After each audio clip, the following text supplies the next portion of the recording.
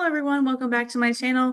Today I'm going to be talking about my take on classroom management and how you can plan yours. Now I know I created a video a long time ago in the past about classroom management, but since I'm almost towards the end of my student teaching, I really wanted to kind of give you an update about that based on everything that I've experienced and learned, especially when I'm about to start as a full-time teacher myself.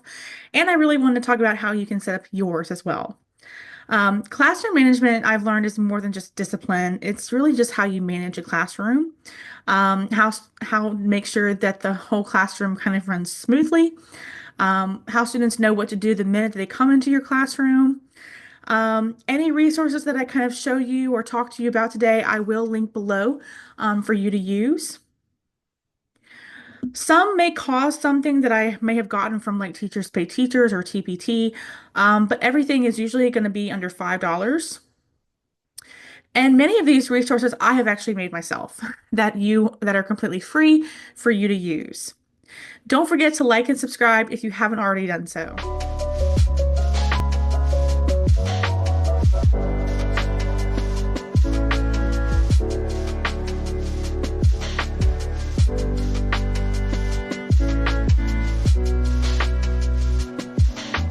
So classroom management is really broken down into four big categories.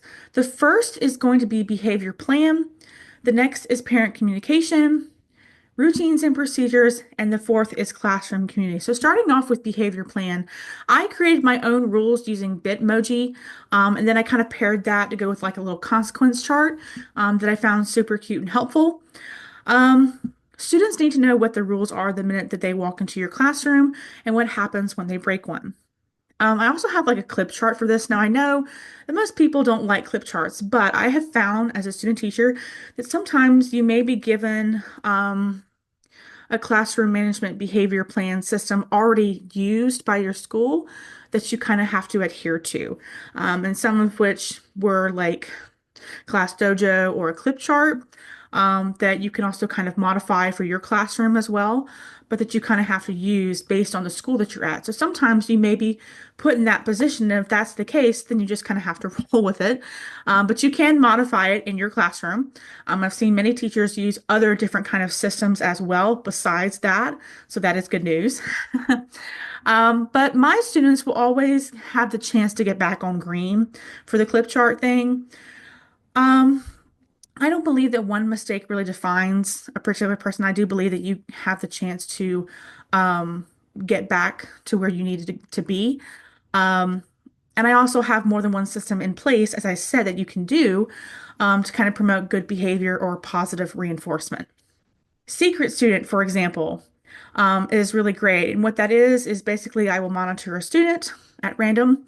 And if they make really good choices throughout the day, they get a little classroom coupon. If not, we'll try again the next day, and the kids won't really know who it is until you kind of reveal it at the end of the day. So I really want to do that. I think that's a really cool way to manage behavior in the classroom. I also have I Wish My Teacher Knew, which I got this from a book that I read, and it just really inspired me to provide a safe space for my students where they can kind of talk to me about anything. Um, the second category is parent communication. So at the beginning of the year, I want to get to know parents by having them fill out information, of course, but also doing surveys. This lets me know about their home life, their culture, how I can best help their children learn this year. And parents are the kids' best advocates. So you really want to work with them as well as the students. So I will welcome any parent involvement in the classroom and will encourage it as well. I always want to have open communication with them. Keeping a log, I think, is important and helpful. And maybe having a classroom website, as well as weekly newsletters for them, just kind of keeps them informed as to what they can expect weekly that we are learning about in the classroom. Routines and procedures.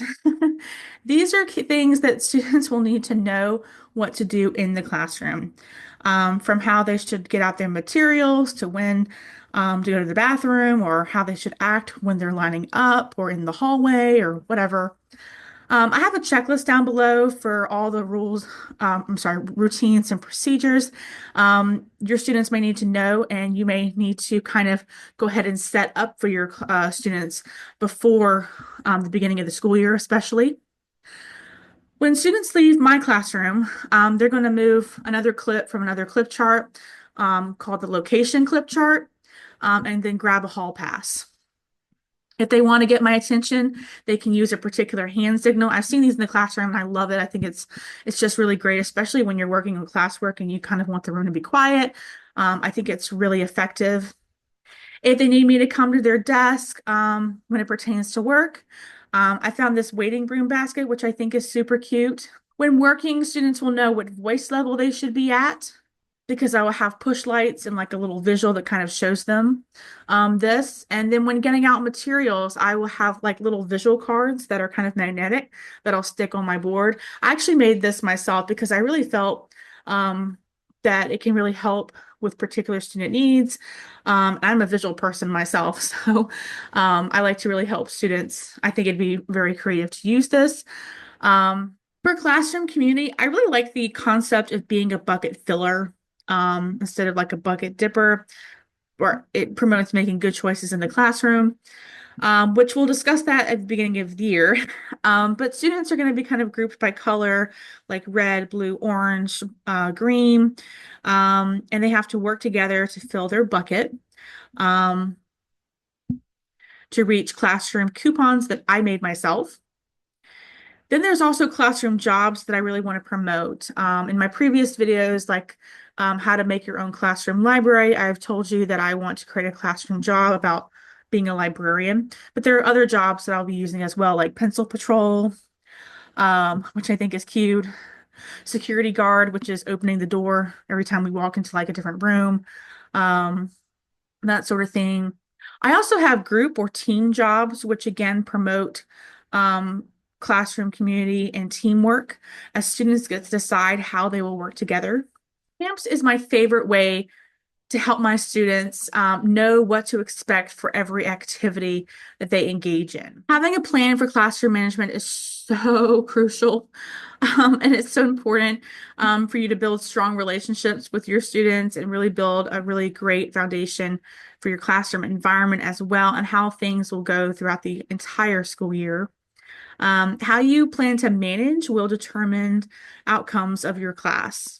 I want to thank you so much for watching. I hope this video was helpful for you. Don't forget to access all those resources I mentioned, especially the classroom management checklist. You will not regret in using this for your classroom, especially since you want to plan a really good classroom management for your classroom, making sure that it's effective, but also those free resources as well, especially the ones that I kind of made for you guys. As I said, thank you again for watching, and I hope you all have a great rest of the day. Bye, everyone.